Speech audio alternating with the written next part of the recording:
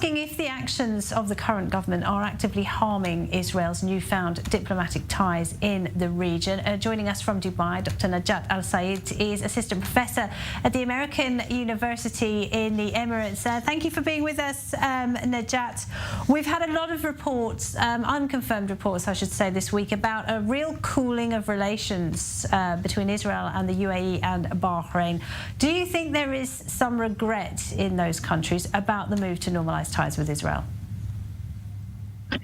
Well, unfortunately, it's not about Israel in general. It's about this government, because it is embarrassing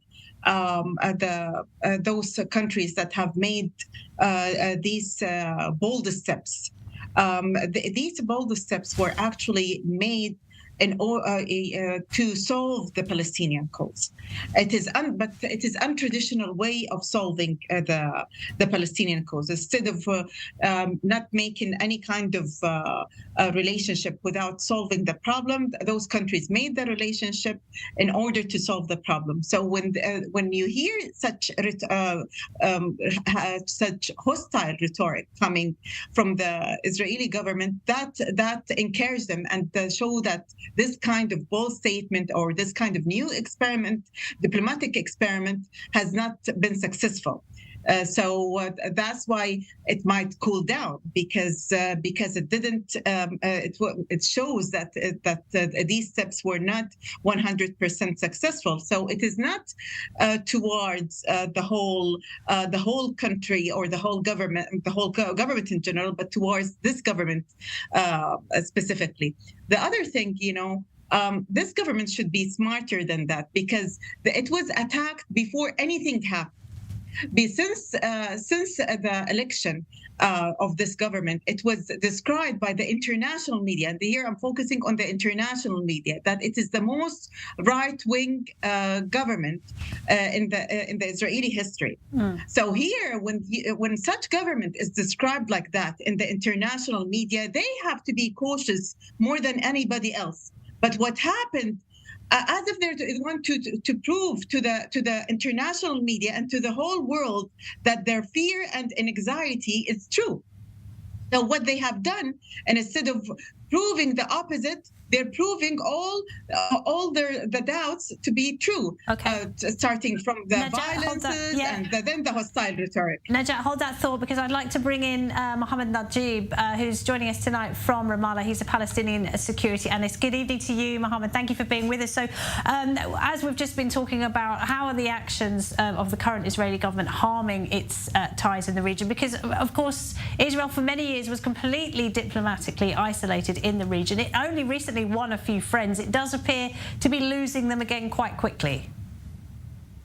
It was isolated because they were pushing Israel to go back to the peace process and to find a political solution for the Palestinian-Israeli conflict. But now they have another reasons when Ben-Gvir and Smotrich are minister in this government, when they deny the existence of Palestinian people, when Al-Aqsa is under Israeli control, so no one can stay with Israel and stand with Israel and support that. Even the closest ally, the United States of America, is upset by the Israeli behaviors, and they summoned the Israeli ambassador to Washington a few days ago. So the behavior of the current extremist Israeli minister Ben-Gvir and Smotrich make it difficult for any Arab countries to accept and to justify for their people, and more importantly, is to prevent any other Arab countries to join Abraham Accords and to normalize its relationship with Israel, as Netanyahu wished since he came to office in late December.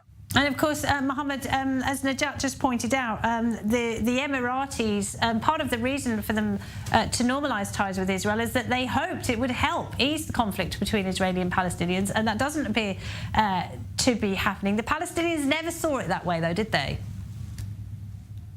They cancelled the visit of Prime Minister Netanyahu, and when Ben-Gvir went to Al-Aqsa, they can tell their people if they normalize and have good relation with this right-wing government. So the behavior of the government and what's happened recently when they said go for deleting Hawara, and when they called there's no Palestinian people, and even the Israeli security disagree with that. For example, yesterday the 2,000 Palestinian prisoners were about to go on hunger strike.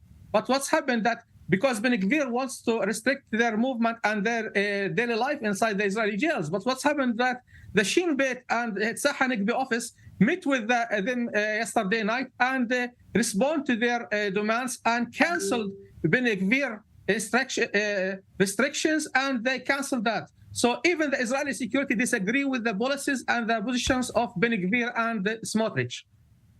Okay, and just briefly, Najat, I mean, we just heard from Mohammed there about, you know, how the Palestinian Authority sees this. When we talk about a cooling of relations, what do you think that might look like? Are we talking about undoing all of the defence cooperation, the economic cooperation? What steps do you think the Emiratis and the Bahrainis might take? Well, now we have already seen some steps have been taken. Like, for example, the Israeli, for example, we saw the UAE government wants to reduce its diplomatic representation in Tel Aviv. Also, the UAE Ministry of Foreign Affairs is believed to have told its ambassador to Israel, Mohammed Al-Khaja, to avoid meeting any Israeli official. The Bahraini Minister of Foreign Affairs said in a statement that Bahrain rejects incitement rhetoric and practices that contradict moral and human violence and undermine efforts and international peace. So all of these kind of statements will tell you what will happen. So there are might be steps to reduce diplomatic representation, to cool down. And what is making it even worse, Laura, that beside the violent rhetoric, beside the violences that are happening on the ground, what is making it even worse, this kind of is an internal Israeli conflict. That is even making it even worse. So here for the challenges that Netanyahu is facing is also between the right and the left, and the left is mostly it is quite dominating the media over there, and they are taking some statement out of context. Like, for example, we saw, for example, Israel Transportation Minister Mary Regev tweet about UAE was taken out of context in the media, and when she sat with the ambassador of the UAE, he understood what the media was trying to do. So the challenges is basically from the government, from the leftists and the opposition inside Israel, and from the media.